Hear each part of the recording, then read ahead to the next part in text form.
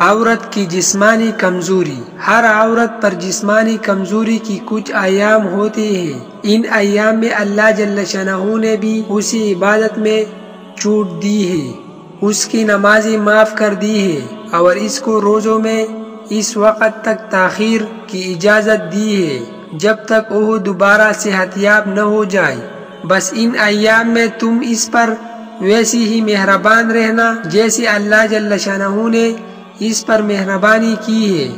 جس طرح اللہ جل شانہ نے اس پر سے عبادتیں ہٹا لی، ویسی ہی تم بھی ان ایام میں اس کی کمزوری کا لحاظ رکھتے ہوئے اس کی ذمہ داریوں میں کمی کر دو، اس کے کام کاج میں مدد کرو اور اس کے لیے سہولت پیدا کرو، کیونکہ ان دنوں میں عورت سب سے زیادہ حساس اور جذباتی ہوتی ہے، اسے تمہارے ساتھ اور مدد کی ضرورت ہوتی ہے۔